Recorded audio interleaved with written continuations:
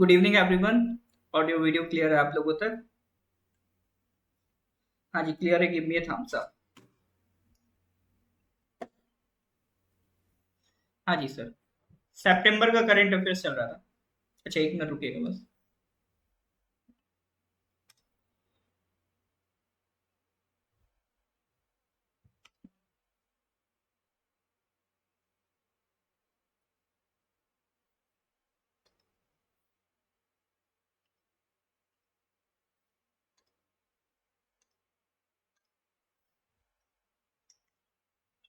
Good evening everyone.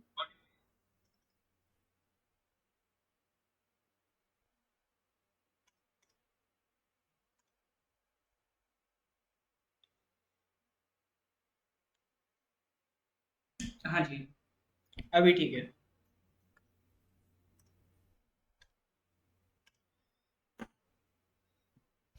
हाँ पिंकी जी, बहुत time बाद आए हैं आप। अब ये सब ध्यान रखें, सबको फीवर फ्लू चल रहा है ना।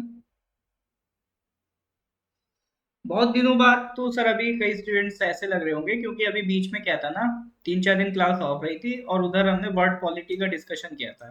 तो मैं देख रहा था वर्ड पॉलिटी जब से स्टार्ट हुआ तो कुछ स्टूडेंट्स आ ही नहीं रहे थे। तो ऐसा लग रहा था जैसे वर्ड पॉलिटी से सवाल बनते नहीं है। उससे भी बनते हैं सर। ठीक है।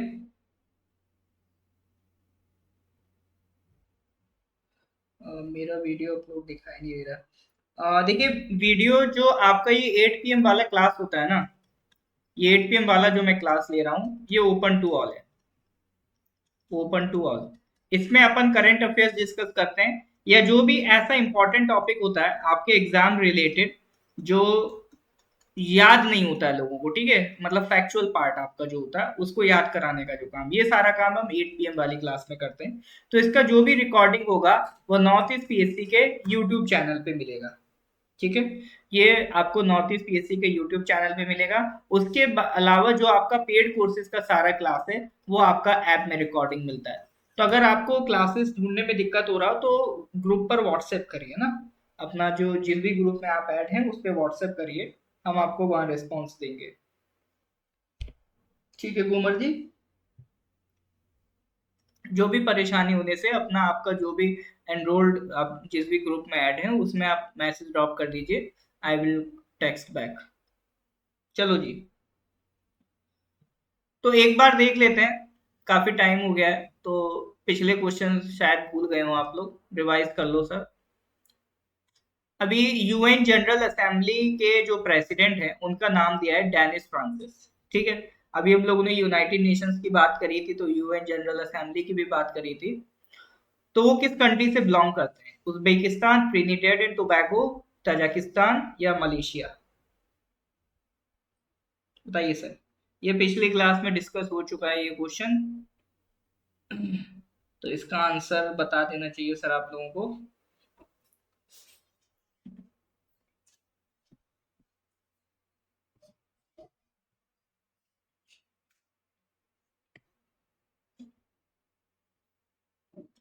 बिल्कुल sir, correct answer is Trinidad and Tobago से वो बिलोंग करते थे, करते हैं। क्वेश्चन नंबर 39 ये भी हम डिस्कस कर चुके हैं। How many engagement groups were formed under the recently concluded G20 meeting in new Delhi? कितने बने थे सर एंगेजमेंट ग्रुप्स?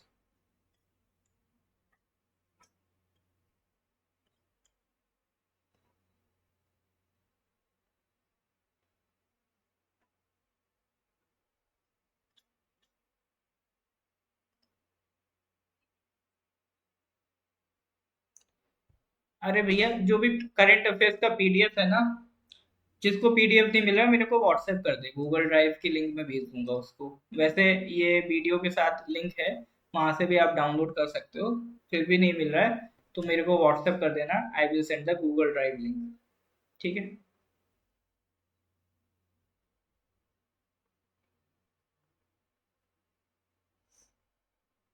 9990784642, इस पे मेरे को व्हाट्सएप कर देना। तो कितने इंगेजमेंट ग्रुप बनाए थे G20 में? 11 इंगेजमेंट ग्रुप। आपने सुना होगा B20, ये 20, फलाना 20, ये सब क्या थे? इंगेजमेंट ग्रुप्स थे। क्वेश्चन नंबर 50 लास्ट क्वेश्चन था, ठीक है। पिछली क्लास में जो हम लोगों ने लास्ट क्वेश्चन डिस्कस किया था वो था सरपंच संवाद। ये आसाम के गवर्नर हैं गुलाब चंद कटारिया, उन्होंने लॉन्च किया है। देखो अब आपने जैसे अगर ये क्वेश्चन पढ़ लिया तो आप इस चीज पे भी ध्यान दो कि करंट में आसाम के जो गवर्नर है उनका नाम क्या है, श्री गुलाब चंद कटारिया, ठीक है। ये उनका नाम है। उन्होंने लॉन्च किया सरपंच संवाद मोबाइल ऐप। तो इसको किसने डेवलप किया है, ये हम लोगों ने देखा था लास्ट क्लास में, क्वालिटी काउंसिल ऑफ इंडिया, ठीक है। तो यहाँ तक हम लोग करके आ चुके हैं। इसके आगे आज हम लोग क्वेश्चन स्टार्ट करेंगे ना। तो क्वेश्चन नंबर 50 के आगे आज कंटिन्यू करते हैं। तो आज का पहला सवाल ये रहा कि स्क्रीन पर, The RBI has announced that it would discontinue the incremental cash reserve ratio in a phased manner. Initially, how much percentage of ICRR was asked to be maintained by the banks? अभी हम बात करेंगे ये incremental cash reserve ratio क्या होता है। In fact ये cash reserve ratio क्या होता है इसकी बात करेंगे। अभी जिनको इसका आंसर पता है वो सही आंसर बताएं, जिनको नहीं पता है तो तुक्का भी लगा सकते हैं। कौन सा एग्जामिनर चेक करने आ रहा है कि आपने क्या आंसर लगाया।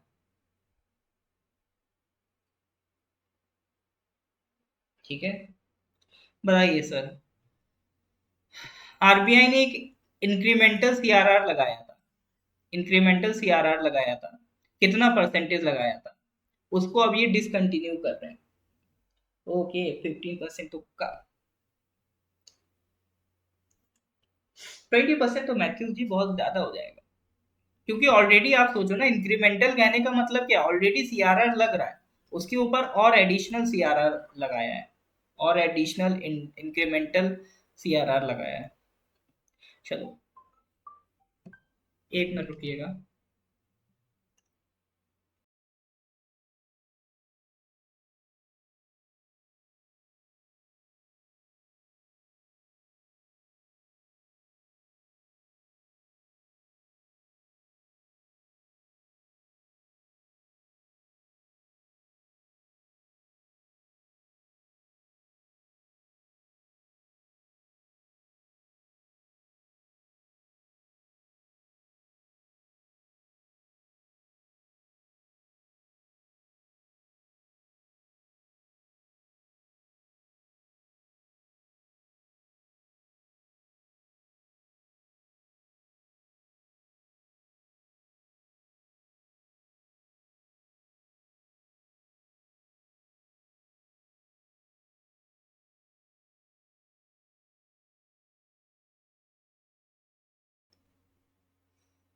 हेलो, हाँ जी,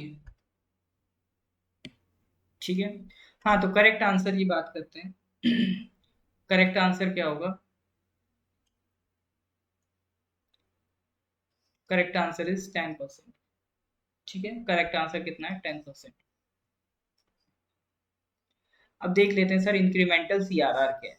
तो उसके लिए पहले ये समझ लेते हैं सीआरआर क्या है। देखो सीआरआर क्या होता है, जैसे बैंक के पास जो पैसा आता है, ठीक है। एक चीज समझो, इसमें बहुत सारी चीजें मैं आपको समझाऊंगा, तो थोड़ा सा टाइम टेकिंग वाला टॉपिक है, आराम से समझना और सुनना सारी चीजें, ठीक है। तो ये मान लो बैंक है, बैंक में आप गए, आपने क्या करा, 100 रुपी डिपॉजिट करे, ठीक है। आपने क्या करा, 100 रुपी बैंक में डिपॉजिट करे। अच्छा, आपने ये जो पैसा जमा किया, ये पैसा बैंक के लिए क्या हो गया सर, लायबिलिटी हो गया, ठीक है। लायबिलिटी का मतलब एक रेस्पॉन्सिबिलिटी आ गई, ये पैसा जब आपको बैंक को वापस करना पड़ेगा, ठीक है।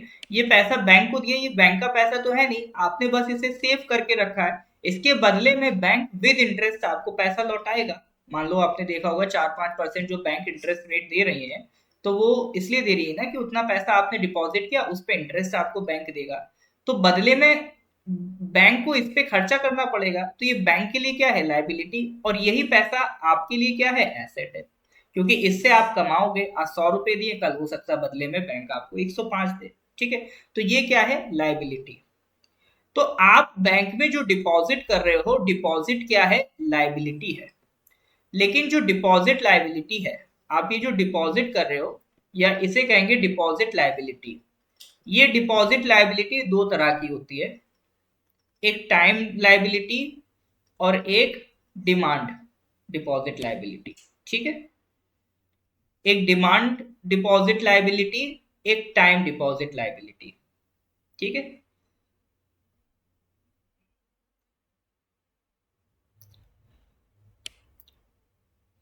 टाइम वाली लायबिलिटी कौन सी होती है कि जैसे आप जो बैंक में पैसा जमा कर रहे हो तो दो तरह से जमा करते हो। एक तो आप सिंपल अपने अकाउंट में जमा करा, उसको आप जब चाहो निकाल सकते हो। ठीक है, यानी ऑन डिमांड। एक पैसा जो आपने डिपॉजिट करा उसको आप जब चाहो ऑन डिमांड, जब निकालना चाहो निकाल सकते हो। ठीक है, जैसे आपने 100 रुपए आज जमा करे, कल चाहो तो निकाल दो। एक डिपॉजिट होता है फिक्स डिपॉजिट, उसमें आप क्या करते हो, एक टाइम के लिए पैसे को फिक्स कर देते हो और बैंक को लिख के आ जाते हो कि भैया ये पैसा हम 1 साल के लिए फिक्स कर रहे हैं, 1 साल बाद ही हम इसे क्या करेंगे, यूज कर पाएंगे। ठीक है, तो आप बैंक में जो डिपॉजिट कर रहे हो दो तरह से कर रहे हो, या तो ऑन डिमांड वाला डिपॉजिट कर रहे हो, जनरली जो हम लोग करते हैं, आप उसको जैसे चाहो यूज करो। एक होता है फिक्स डिपॉजिट, जिसे एफडी कहते हैं, जिसमें आपने बैंक को बोल दिया कि हम पैसा 1 साल बाद निकालेंगे, उससे पहले पैसा नहीं निकालेंगे। ठीक है, तो ये दो तरह के डिपॉजिट हो गए। तो जो पैसा ऑन डिमांड आप जमा कर रहे हो वो बैंक के लिए कहलाएगा डिमांड लायबिलिटी, और जो पैसा आप फिक्स डिपॉजिट में जमा कर रहे हो वो बैंक के लिए कहलाएगा टाइम लायबिलिटी। ठीक है, तो इसको कहते हैं demand and time liabilities, DTL.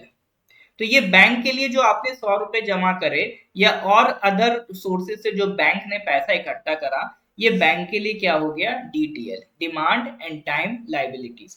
तो these are the type of liabilities that bank have. यहां तक बात समझ में आ रही है? यस और नो? क्लियर है तो गिव मी थम्स अप। ये हो गई डिमांड एंड टाइम लाइबिलिटीज। अब होता क्या है, जैसे मान लो बैंक में टोटल 100 रुपए डिपॉजिट हुए, तो ये तो डिमांड एंड टाइम लाइबिलिटीज है। अब इसमें से मान लो किसी उसी दिन कोई बंदा आ गया जिसने कहा कि 20 रुपए हमें चाहिए, 20 रुपए हमें निकालने हैं।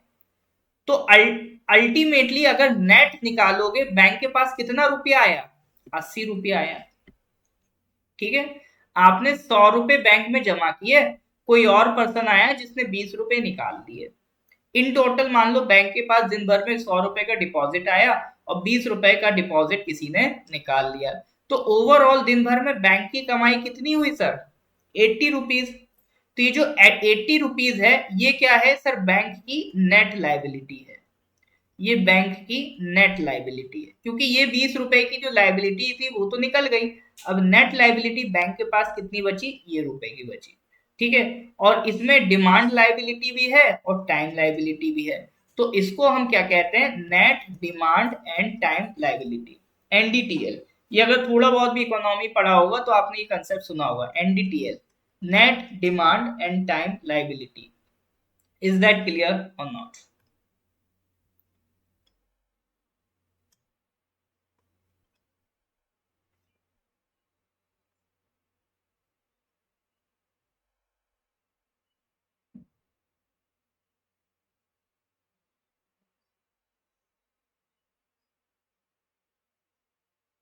क्लियर है तो give me a thumbs up.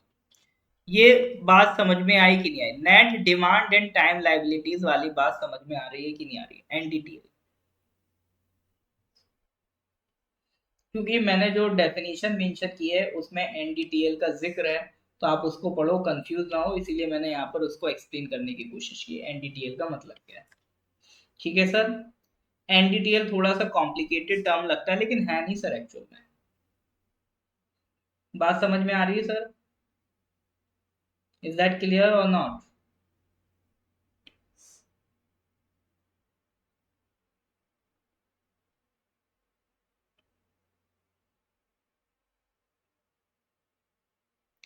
Okay, तो अब एनडीटीएल से आगे बढ़ो। तो होता क्या, मान लो बैंक के पास दिन भर में ओवरऑल एनडीटीएल कितना था, net demand and time liability bank के पास दिन भर में थी 80 रुपये। तो जो एनडीटीएल होता है इस पे आरबीआई क्या करता है, कुछ कंस्ट्रेंट लगा देता है। ठीक है, जिसपे आरबीआई कह देगा कि मान लो इसका 5% तुम सिर्फ और सिर्फ किसको दोगे, आरबीआई के पास इन कैश जमा कराओगे, ठीक है, आरबीआई के पास इन कैश जमा कराओगे और इस पे तुम्हें कोई भी इंटरेस्ट नहीं मिलेगा।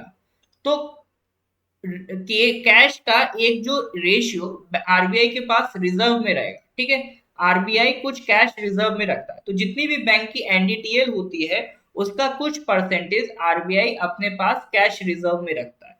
क्यों रखता है कि मान लो कल बैंक को कोई दिक्कत आ गई तो वो इस कैश रिजर्व को बैंक को दे सकता है ताकि बैंक अपने फायदे के लिए उस कैश रिजर्व को यूज कर ले, ठीक है। तो ये जो पैसा आरबीआई अपने पास कैश रिजर्व रखता है, इसी पैसे को क्या कहते हैं, कैश रिजर्व रेशियो, या फिर बोले तो सीआरआर, ठीक है। इसी को हम क्या कहते हैं, सीआरआर, या बोले तो कैश रिजर्व रेशियो। तो ये जो 80 रुपए है, इस ये जो नेट डिमांडेड टाइम लाइबिलिटी है, इसका जो percentage RBI as a reserve अपने पास रखता है, इस पैसे को हम क्या कहते हैं, कैश रिजर्व रेशियो। एक बात बहुत खास इसमें ध्यान रखना, आरबीआई इस पे कोई भी इंटरेस्ट बैंक को नहीं देता है, ठीक है, आरबीआई बैंक को इस पर कोई भी इंटरेस्ट नहीं देता है। ये मनी सप्लाई को मैनिपुलेट करने के लिए भी आरबीआई कैश रिजर्व रेशियो को चेंज करता रहता है। ये कैश रिजर्व रेशियो कभी फिक्स नहीं होता है, घट भी सकता है, बढ़ भी सकता है, depending on the market conditions RBI इसको चेंज कर सकता है। बात समझ में आ रही है कि नहीं आ रही, यस और नो, सीआरआर वाली बात समझ में आ रही है कि नहीं आ रही, कोई डाउट है तो बताइए, क्लियर है तो give me a thumbs up, doubt है तो डाउट बताइए। हाँ जी सर। देखो ये मैं बहुत स्लोली इसलिए समझा रहा हूँ क्योंकि ये कई स्टूडेंट्स का डाउट रहता है, कई लोगों को ये कॉम्प्लिकेटेड लगता है, इसलिए बहुत आराम आराम से अपन ये समझा रहे हैं, ठीक है। क्योंकि यहाँ कोई फॉर्मेलिटी नहीं करनी कि हाँ मैंने पढ़ा दिया, पर्पस ये नहीं कि पढ़ा दिया जाए, पर्पस ये है कि आपको समझा दिया जाए, ठीक है, ऑलराइट। तो ये तो बात हो गई सर कैश रिजर्व रेशियो की। अब इंक्रीमेंटल कैश रिजर्व रेशियो का मतलब क्या है। अब देखो हो क्या रहा था, अभी आपको रिसेंटली पता होगा भारत सरकार ने 2000 रुपए नोट बंद करने का बोला, ठीक है, मतलब आने वाले टाइम में ये बंद हो जाएंगे।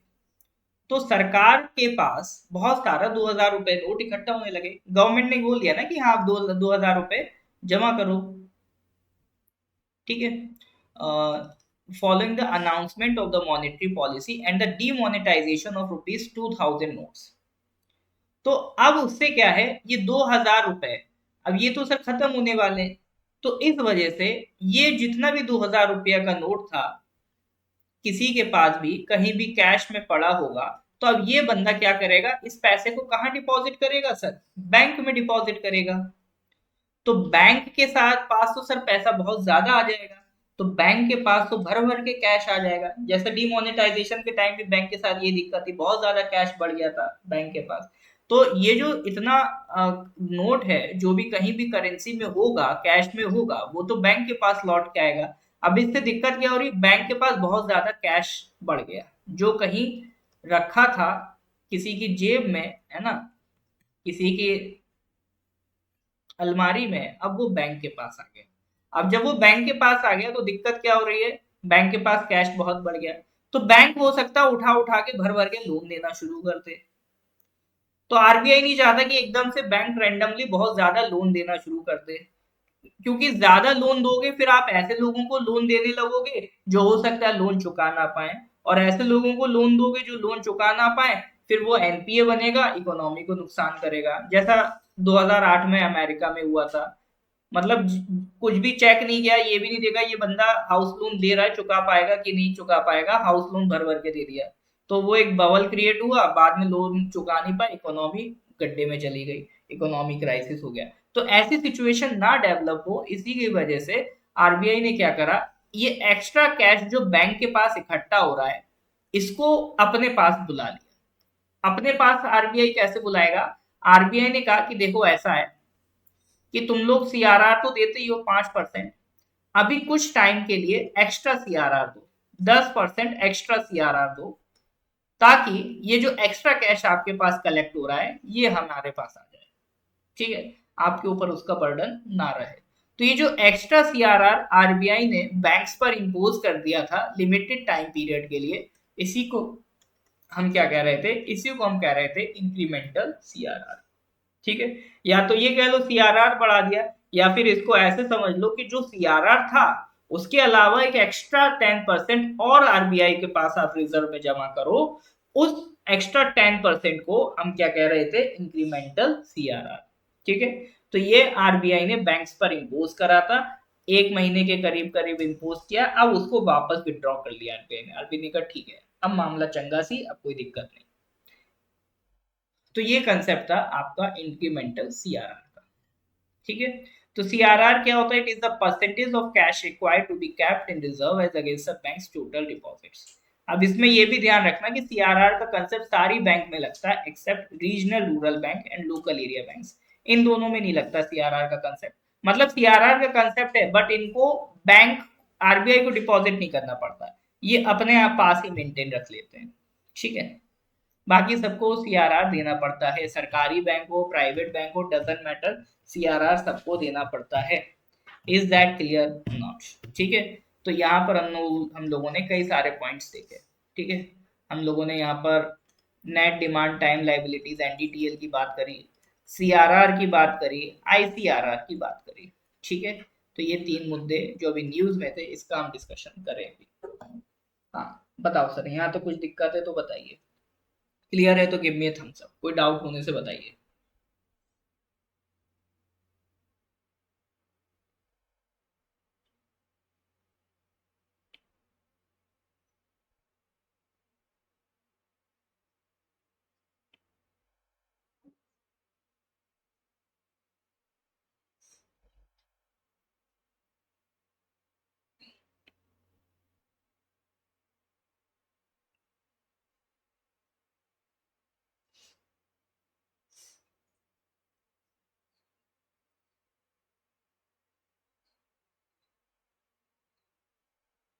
हाँ जी सर।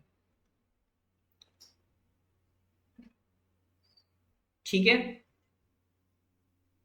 किसी को कोई दिक्कत तो नहीं, कोई डाउट तो नहीं? चलिए सर, फिर अगले क्वेश्चन की तरफ बढ़ते हैं। Question number 52। आईसीएआरआर के लिए नहीं, वो एक तरीके का सीआरआर ही है ना, तो उस पे भी इंटरेस्ट रेट नहीं देगा आरबीआई। क्यों बिना बात की पंगा मोल लेगा आरबीआई, इसीलिए तो सीआरआर की फॉर्म में मांगा है ना। अगर वो अलग से मांग लेता तो देना पड़ता इंटरेस्ट रेट, है ना, तो वो रिवर्स रेपो रेट लग जाता आर बैंक पर। तो इसीलिए आरबीआई ने कहा नहीं नहीं, तुम वैसे मत दो, हमें सीआरआर की फॉर्म में दो, तो हमें इंटरेस्ट रेट नहीं देना पड़ेगा तुम्हें। क्योंकि वो पैसा टेम्परेरी है ना, अगर किसी ने नोट एक्सचेंज किया वो वापस से 500 में कैश कन्वर्ट कर लेगा, तो वो पैसा टेम्परेरी बैंक के पास आया था। अगर वो किसी को लोन में दे देती बैंक, तो अगर वो बंदा कैश डिपॉजिट वापस से नहीं आता तो उसकी हेडेक हो जाती, भाई पैसा कहाँ गया हमारा। ठीक है, question number 15। Which football team has won the title of SAFF? ठीक है, South Asian fed football federation under 16 championship 2023। तो ऐसे एफ सॉरी ऐसे एफ एफ अंडर 16 चैंपियनशिप 2023 ये फुटबॉल की थी। तो किस कंट्री ने इसको जीता है बांग्लादेश को हराकर? हाँ जी सर।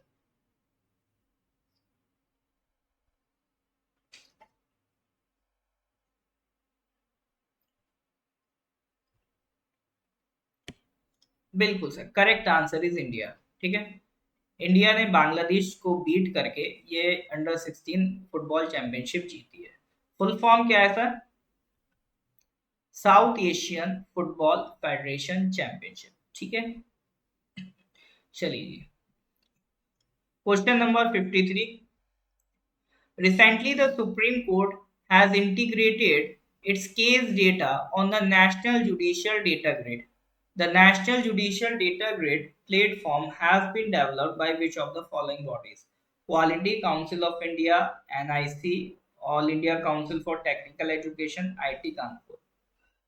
वैसे इसका आंसर सिंपल है ना, तो इस तरह की चीजें जनरली लोग जानते हैं कि कौन करता है ना, जो सरकार के लिए वेबसाइट वगैरह बनाना हुआ, सरकार के लिए जो साइबर वर्क होता है वो कौन करता है सर? अगर आप थोड़ा बहुत भी करंट अफेयर्स या न्यूज से कनेक्ट रहते हो तो बता दोगे सर इसका करेक्ट आंसर? बताइए sir. Recently, the Supreme Court has integrated its case data on the National Judicial Data Grid. मतलब जो भी सुप्रीम कोर्ट में केसेस वगैरह आ रहे हैं ना, वो उन सबको क्या कर रहा है, ये सुप्रीम कोर्ट नहीं, देश भर में जो भी कोर्ट्स के केसेस आ रहे हैं उन सारी डिटेल्स को एक जगह इकट्ठा किया जाता है। ठीक है, तो वो पूरा एक डेटा ग्रिड बनाने की कोशिश हो रही है। तो ये जो पूरा प्लेटफॉर्म है, ये जो डेटा ग्रिड है, ये पूरा डेटा ग्रिड का प्लेटफॉर्म किसने बनाया, बताइए जरा। हाँ जी, correct answer is NIC, national informatics centre ने बनाया। तो ये नेशनल रिपोजिटरी है डेटा का, मतलब जितना भी कोर्ट में केसेस चल रहे हैं, पेंडिंग है, जो डिस्पोज हो गए हैं, तो उन सब का एक पूरा डेटाबेस है। तो सारी चीजें एक जगह रहेंगी ना, तो उससे हमें बहुत ज्यादा एनालिसिस करने में फायदा मिलेगा।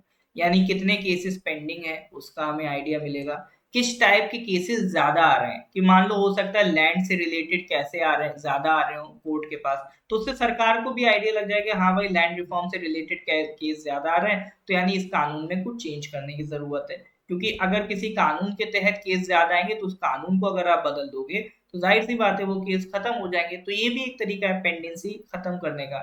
तो इसके लिए इस प्रोजेक्ट को बनाया गया, तो एक एनालिसिस मिलेगी जिससे हमें मदद मिलेगी कि केसेस को कितना जल्दी डिस्पोज और कंप्लीट किया जा सकता है। ठीक है, चलिए, तो ये था एनआईसी ने बनाया। बाकी इसके रिगार्डिंग एक कंप्लीट आपका नॉर्थ ईस्ट पीएससी के यूट्यूब चैनल पे आपको वीडियो मिल जाएगा। आप गूगल कर लेना या यूट्यूब पे सर्च कर लेना national judicial data grid north east PSC, आपको ये वीडियो मिल जाएगा। वहां पर और डिटेल में इसके बारे में सारा आपको एक्सप्लेन किया गया है। ठीक है सर, चलिए नेक्स्ट क्वेश्चन पे आते हैं, question number 54। Recently, the President of India has inaugurated which of the following applications, which is one of the 44 mission mode projects under the Digital India program to transform the functioning of all the state legislatures as paperless functioning। देखो, भारत सरकार का एक programme चल रहा है, digital India programme, जिसमें ज्यादातर चीजों को डिजिटलाइज करने की कोशिश की जा रही है। ठीक है, उसके अंडर 44 मिशन चल रहे हैं। ठीक है, 44 टाइप ऑफ प्रोजेक्ट्स चल रहे हैं। ठीक है, तो उसी 44 टाइप ऑफ प्रोजेक्ट्स में एक प्रोजेक्ट है जिसका काम है कि जितनी भी हमारी स्टेट लेजिस्लेचर्स हैं उनको क्या कर दिया जाए, पेपरलेस कर दिया जाए। यानी अभी क्या होता है, मान लो असेंबली में, लेजिस्लेटिव असेंबली में कोई भी डिबेट होनी, कोई भी कानून पे डिस्कशन होना, तो उस कानून का एक soft copy, sorry hard copy सबको प्रिंट करा के दिया जाता है। ठीक है, फिर उस पर डिबेट होती है, डिस्कशन होता है। अब इसमें सर हार्ड कॉपी नहीं नहीं दिया जाएगा, सारे मेंबर ऑफ पार्लियामेंट्स को एक हार्ड सॉफ्ट कॉपी दे दिया जाएगा, उसको वो डिस्कस करें और वहां पर सारी जानकारी उन्हें मिलती रहेगी। प्लस एक ऐसा पोर्टल बना देंगे जहां पर आने वाले जो भी इंपॉर्टेंट डिस्कशन है उसकी डिटेल मिल जाएगी, असेंबली से रिलेटेड जो भी इंपॉर्टेंट इवेंट्स होने वाले हैं उसकी सारी डिटेल्स यहाँ पर मिल जाएगी। तो एक online portal kind of create करने की कोशिश की जा रही है। तो ये आपका, इस ऐप का नाम क्या है, ऐप का नाम है नेशनल ई विधान एप्लीकेशन। ठीक है, ये आपको आपका प्ले स्टोर या आईओएस स्टोर पे भी मिल जाएगी। तो नेवा क्या है, it is a work flow system, it is a work flow system diploid on NIC cloud Meghraj. NIC ने क्लाउड बनाया अलग से इसके लिए, मतलब क्लाउड मतलब क्लाउड स्टोरेज, क्लाउड स्टोरेज का नाम है मेघराज। ठीक है, तो उसमें क्या होगा, जो भी फंक्शनिंग होगी, जो भी हर हाउस की, हर स्टेट के जो भी असेंबलीज उनकी जो भी फंक्शनिंग डिटेल्स होंगी वो सब उस क्लाउड में स्टोर कर दी जाएगी, तो हर कोई उसको बहुत इजीली एक्सेस कर पाएगा। ठीक है, putting entire information regarding member contact details, rules of procedure, list of business, notices, bulletins, bills, start and start questions and answers, paper slate, committee reports, ये सारा एक ही जगह इकट्ठा करके आपको मिल जाएगा। यानी पहले अगर आपको कोई डिटेल चाहिए तो अलग से डिपार्टमेंट से जाके लो, ये करो वो करो, तो वो सारी दिक्कतें खत्म, सारी चीजें एक ऐप में सारे मेंबर ऑफ पार्लियामेंट एमएलए उसको एक्सेस कर पाएंगे। ठीक है, तो इसी के लिए बनाई गई है नेशनल ई विधान एप्लीकेशन, इसको ध्यान रखिएगा। Moving to the next question, question number 55। Recently, case of scrub typhus infections are seen in Odisha. Scrub typhus infection is caused by which of the following organisms? Virus, bacteria, fungi, parasites? हाँ जी, तेज तो नहीं हो रहा है।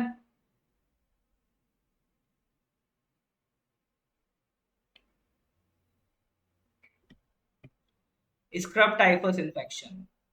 देखो diseases पे question बन जाते हैं ना आपके एग्जाम में, और चूंकि ये रिसेंट में करंट अफेयर्स में है, तो इस पे क्वेश्चन बनने के चांसेस हैं, इसको ध्यान रखिएगा।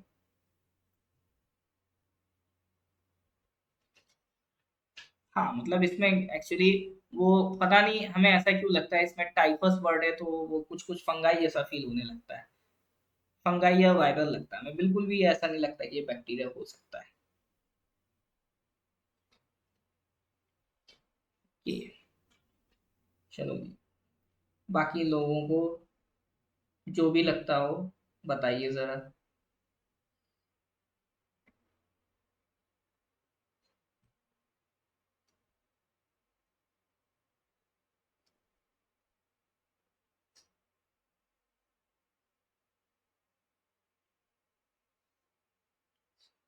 ये लाइव क्लास नहीं चल रहा है तो क्या चल रहा है योन जी? Okay, correct answer is bacteria. ठीक है, ये स्क्रब टाइफस क्या है, एक तरीके की बैक्टीरियल डिसीज है। तो ये अभी आपका उड़ीसा में भी देखने को मिला है, प्लस इसका साथ ही साथ नागालैंड वाले एरिया में भी इसको वो इसका इन्फेक्ट देखने को मिला है। ठीक है, साथ ही साथ अगर हम इसकी बात करें तो ये एक बैक्टीरियल डिसीज है। आपको जो पॉइंट याद रखना है वो यही याद रखना है कि scrub typhus is a bacterial. ठीक है, अगर क्वेश्चन बनेगा तो यही बनेगा कि ये बैक्टीरियल है, वायरल है, फंगल है, तो scrub typhus is a bacterial, इतना ध्यान रखो। सिम्टम्स वगैरह नहीं पूछेगा, अकरेंस नहीं पूछेगा, और ट्रीटमेंट भी नहीं पूछेगा, ये बस आपकी जानकारी के लिए लिख दिया है, एक बार पढ़ लेना है ना, एक बार पढ़ लो, नथिंग एल्स, बस इतना ध्यान रखो इट इज अ बैक्टीरियल, इससे ज्यादा कोई डिटेल में नहीं पूछेगा। ठीक है, चलो जी नेक्स्ट क्वेश्चन पे आते हैं, question number 56। Which organization will organize the Festival of Democracy at Nalanda University in Bihar? इनमें से कौन सी ऑर्गेनाइजेशन डेमोक्रेसी का फेस्टिवल मनाएंगे एट नालंदा यूनिवर्सिटी इन बिहार? नेट एकदम खराब। देखो अगर नेट का प्रॉब्लम, मैं बोल चुका हूँ आप लोगों को, देखो एक दिक्कत तो है वहां पर नेट का, वहाँ कई हिली एरियाज में जब आप जाते हैं वहां पर तो नेट का प्रॉब्लम है। तो इसीलिए ये क्लास का रिकॉर्डिंग भी यूट्यूब में अवेलेबल हो जाता है, तो अगर आपका नेट का प्रॉब्लम चल रहा है ना, तो ये यूट्यूब में भी इसका रिकॉर्डिंग मिलेगा, आप वहां से भी इसको कवर कर सकते हैं।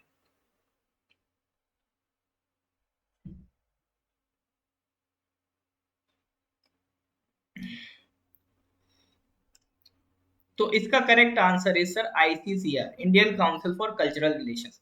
अब देखो फेस्टिवल है सर, फेस्टिवल ऑफ डेमोक्रेसी, कुछ कल्चर कल्चर वाली बात फील हो रही है ना, तो इसमें सीएसआईआर क्या करेगी और इलेक्शन कमीशन क्या करेगा? ठीक है, ये फेस्टिवल हो रहा है ना, तो ये कौन करवाएगा सर? आईसीसीआर करवाएगा। तो इंडिया में जितने भी कल्चरल रिलेशन के काम है वो आईसीसीआर करवाता है। तो एक Vaishali festival of democracy organize किया था।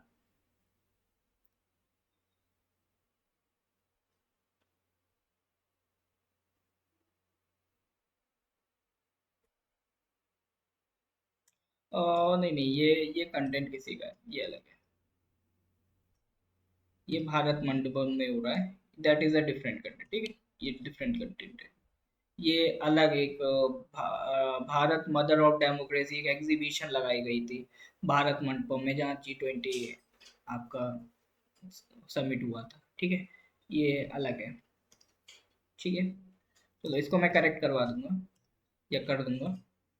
तो आपको ये ध्यान रखना फेस्टिवल ऑफ डेमोक्रेसी कहाँ पर हो रहा है, ये किसने करवाया? आईसीसीआर ने करवाया।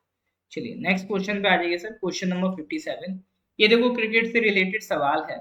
अभी क्रिकेट से रिलेटेड पता नहीं ऐसा क्या हो गया, एकदम से एपीएसएसबी क्वेश्चंस बढ़ा दिया है सर, दो दो क्वेश्चंस आ रहे हैं क्रिकेट से रिलेटेड।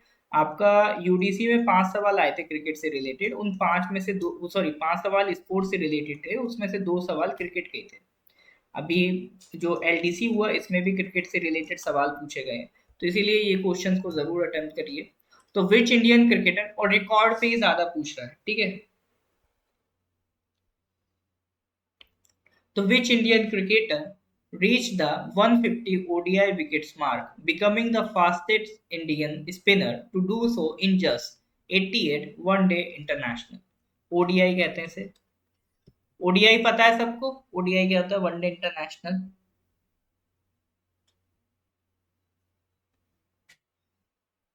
जो मतलब 50 ओवर वाले होते हैं वो ओडीआई होते हैं, और एक होता है T20, दैट इज डिफरेंट, ठीक है। तो सिर्फ ओडीआई में अगर हम बात करें तो 88 ओडीआई में, वनडे इंटरनेशनल में 150 विकेट्स लेने वाला फास्टेस्ट इंडियन क्रिकेटर कौन बन गया है? हाँ बिल्कुल पिंकी जी, इसको भी ट्राई करिए। कौन बन गया है sir? Okay, correct answer is Kuldeep Yadav. तो वन, अरे एक मिनट, हाँ, तो फास्टेस्ट आपका जो है वो कौन बन गया है? कुलदीप यादव, ठीक है। अब इसमें दो तरह के रिकॉर्ड हैं। तो अगर ओडीआई को कंपेयर करोगे, ओडीआई में विकेट लेने वाला फास्टेस्ट कुलदीप यादव है। अगर आप सारे मैचेस को कंपेयर कर लोगे, T20 को भी मिला लोगे, तो फिर आपका मोहम्मद शामी है, जिसने 80 मैच में 150 विकेट्स लिए हैं। और जो कुलदीप यादव है उसने उसने 88 ओडीआई में 150 विकेट्स लिए हैं, ठीक है। तो इस सिर्फ ओडीआई में देखोगे तो फास्टेस्ट है कुलदीप यादव, और सारे अगर आप मैचेस मिला लोगे इंक्लूडिंग T20, तो फास्टेस्ट कौन है? मोहम्मद शामी, ठीक है। तो ये दोनों नाम इनको ध्यान रखिएगा। अरे इसके लिए क्रिकेट देखने की जरूरत नहीं है, ये थोड़ा बहुत भी अगर करंट अफेयर से आप कनेक्ट हो तो इस इतना जानकारी हो जाती है ना। चलो नेक्स्ट क्वेश्चन पे आओ, question number 58। Which state is officially announce establishment of the Virangana Durgavati tiger reserve, marking the 7 tiger reserve in the state.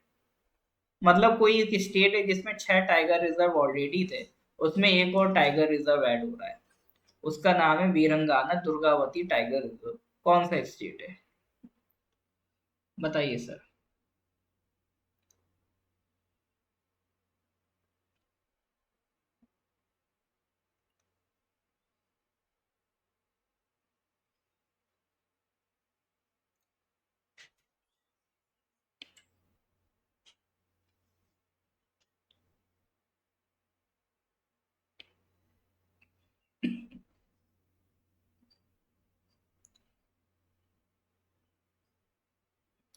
हाँ, तो ये जो वीरंगाना दुर्गावती टाइगर रिजर्व है, ये सर कहाँ बन रहा है? ये आ रहा है आपका मध्य प्रदेश में। ऑलरेडी मध्य प्रदेश में 6 टाइगर रिजर्व हैं। It will be the 7th tiger reserve. कौन कौन से? देखो मध्य प्रदेश में 11 नेशनल पार्क भी हैं, ठीक है।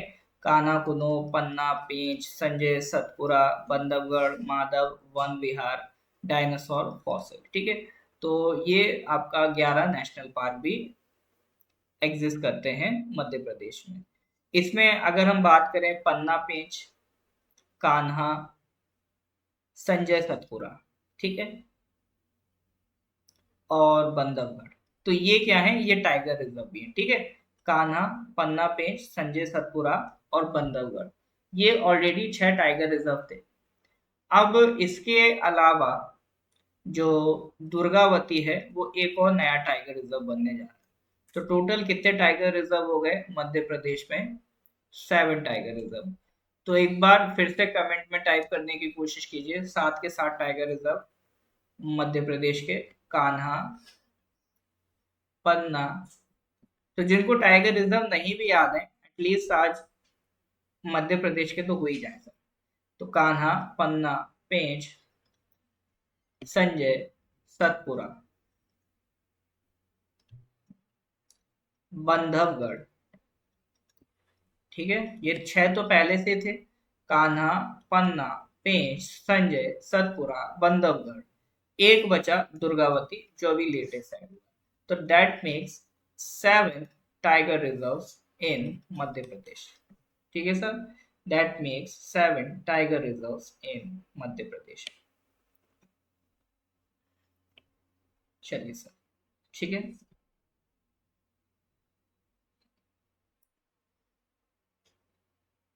नेक्स्ट क्वेश्चन पे आ जाओ, question number 59। Which cricket team became the first to amass a 300 plus total in T20 innings? जैसे ये ओडीआई की बात कर रहा है जिसमें 50 ओवर का मैच होता है। T20 जो छोटा मैच होता है 20 ओवर का, उसमें फर्स्ट क्रिकेट टीम बताइए जिसने 300 प्लस रन बनाए। T20 की बात हो रही है सर। हाँ Matthew ji, Durgavati is in Madhya Pradesh. T20 में 300 प्लस रन बनाने वाली कौन सी कंट्री है?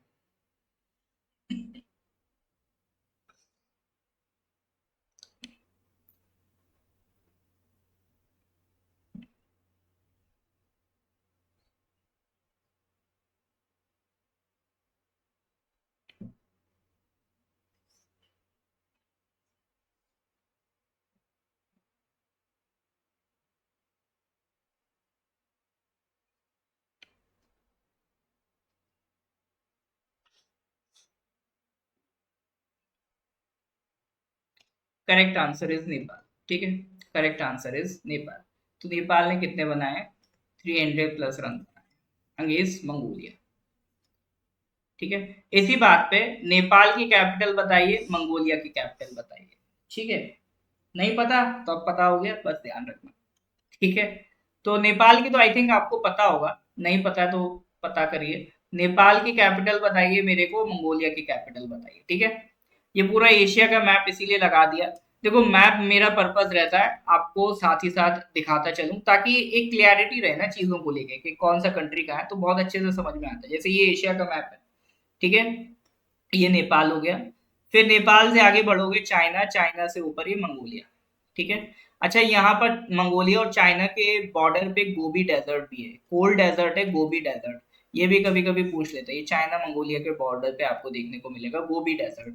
ये क्वेश्चन आई थिंक एपीपीएससी के किसी एग्जाम में आया है कि गोबी डेजर्ट क्या है, कोल्ड डेजर्ट है कि हॉट डेजर्ट है, तो Gobi desert is a cold desert. ठीक है, ये मंगोलिया चाइना के बॉर्डर पे मिलेगा। तो जो एपीपीएससी का हमारा क्लास होता है उसमें हम ये सारे डेजर्ट वगैरह डिस्कस करते हैं। ठीक है, तो मंगोलिया एक सैंडविच कंट्री है, क्यों? क्योंकि सर ये चाइना और रशिया के बीच में फंसी हुई है।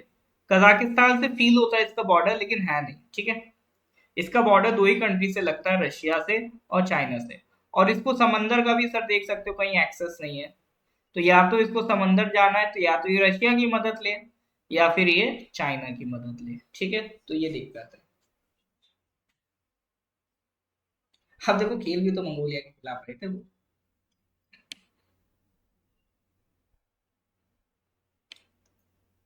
बिल्कुल, मंगोलिया की कैपिटल उलान बतर। ठीक है, उलान बतर कैपिटल है मंगोलिया की, नेपाल की है काठमांडू। ठीक है सर। हाँ जी सर, यहाँ पे किसी को कोई डाउट है तो बताइए, किसी को कुछ पूछना है तो do let me know. Clear है तो give me thumbs up. Nepal team है सर, टीम तो बहुत पहले से, पढ़िएगा कभी इसके बारे में जाके।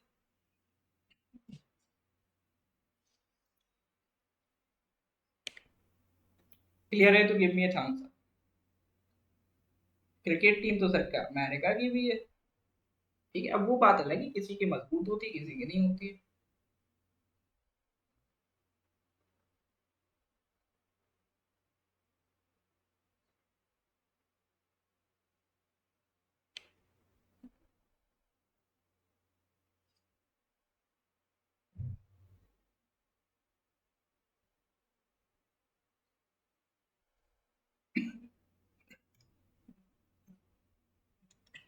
Next question number 16।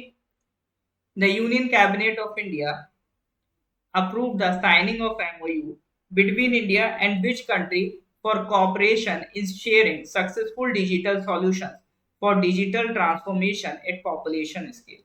मतलब एक बड़े स्केल पे, पॉपुलेशन स्केल पे एक कॉपरेशन साइन हुआ है। ठीक है, जिसमें दोनों कंट्री अपने अपने जो डिजिटल सॉल्यूशंस हैं उनको शेयर करेंगी, उसमें कॉपरेशन साइन करेंगी डिजिटल ट्रांसफॉर्मेशन के लिए। ठीक है, तो उसके लिए एक एमओयू साइन हुआ है। तो डिजिटल कॉपरेशन के लिए, डिजिटल सॉल्यूशन के लिए कॉपरेशन किया जाएगा, उसके लिए एक एमओयू साइन हुआ है इंडिया और किस कंट्री के बीच? बताइए सर, कमेंट करिए। नहीं पता तुक्का भी लगा सकते हैं।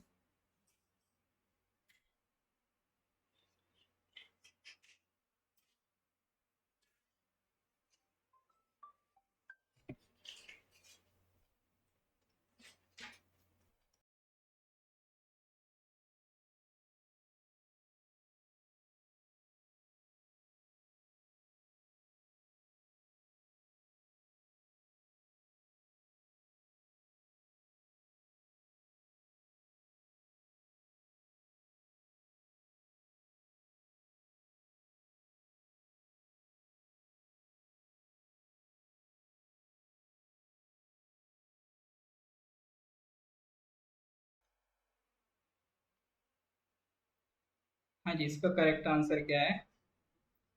नहीं सर, ये साइन हुआ आर्मेनिया के साथ, रिपब्लिक ऑफ आर्मेनिया। ठीक है। तो भारत सरकार की इलेक्ट्रॉनिक्स इंफॉर्मेशन मिनिस्ट्री मीति और ministry of hightech industry of Armenia, इनके बीच एक कॉपरेशन साइन हुआ। ठीक है, मेरे को ये बताइए आर्मेनिया की कैपिटल क्या है? हाँ जी सर, आर्मेनिया की कैपिटल क्या है?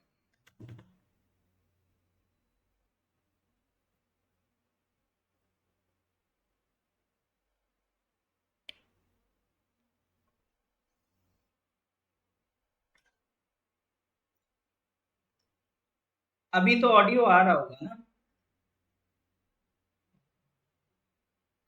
आर्मेनिया की सर कैपिटल बताइए जरा। Actually I just forgot to add the map of Armenia. कोई नहीं, कभी दोबारा आर्मेनिया के बारे में जिक्र होगा, या मैं ऐड कर दूंगा इसमें आर्मेनिया का map.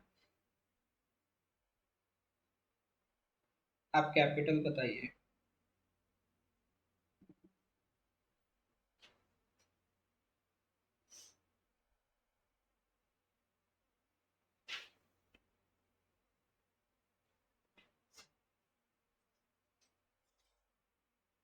Azerbaijan is a country.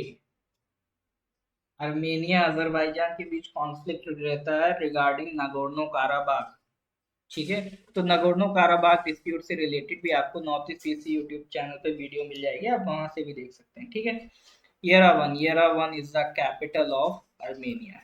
चलिए, कोई भी कंट्री पढ़ो ना तो उसका कैपिटल जरूर एक बार सोच लिया करो, आपको पता है कि नहीं पता है। तो ये इस तरह की जो फैक्चुअल चीजें हैं ना, ये अलग से याद नहीं रखनी पड़ेंगी आपको। अगर इसी तरह से बार बार वो आती रहती हैं एग्जाम में, एक वो न्यूज में, तो आप खुद से अपने मन से उसको गूगल कर लिया करो, नहीं पता हुआ करे तो। ठीक है। तो ये बर्डन कम हो जाता है फिर आपका। ठीक है सर। चलो, आज फिर यहीं तक क्वेश्चन डिस्कस करेंगे। इसके आगे के questions we will discuss in the next class. तो कल संडे है, संडे का दिन यूटिलाइज करिए, जो भी आपका पोर्शन पेंडिंग रह गया है उसको कंप्लीट करिए। फिर इसके आगे की कहानी we will discuss in the next class. ठीक है सर। चलिए। तो लेक्चर अच्छा लगा हो तो लाइक कर देंगे, अपने कलीग्स के साथ शेयर कर देंगे। इसके आगे की कहानी we will discuss in the next class. Till then, good bye, have a nice day. और किसी को अगर पीडीएफ ना मिल रही हो तो मेरे को व्हाट्सएप कर सकता है। 9990, ये करंट अफेयर्स की पीडीएफ के लिए। अगर नहीं है किसी के पास, 784642। और जिसको मैंने गूगल ड्राइव का लिंक दे रखा है ना, तो जब भी कोई भी अपडेट आएगा तो उस लिंक में आपको मिल जाएगा ना। तो ऐसा नहीं है आपको बार बार लिंक मांगने की जरूरत है, उसी लिंक में आप देख सकते हैं, अगर अपडेट आया होगा तो मिल जाएगा। 9990784642। ठीक है सर। चलिए, मिलते हैं फिर अगली क्लास में। Chill then, good bye, have a nice day.